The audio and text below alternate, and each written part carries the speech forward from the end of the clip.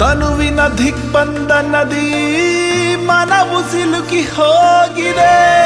ಪ್ರೀತಿಯ ಸಂಜೀವಿನಿ ಸಿಗದ ಸೋಲನೊಪ್ಪುತ್ತಿದೆ.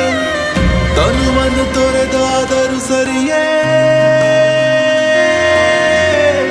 ತನುವನ್ನು ತೊರೆದಾದರೂ ಸರಿಯೇ, ಅವಳ ಸೇರಬೇಕೆನ್ನುತ್ತಲಿದೆ.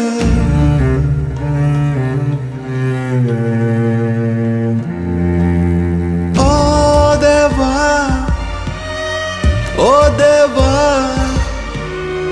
ಹೋಗಬಾರದೆ ನನ್ನ ಜೀವ,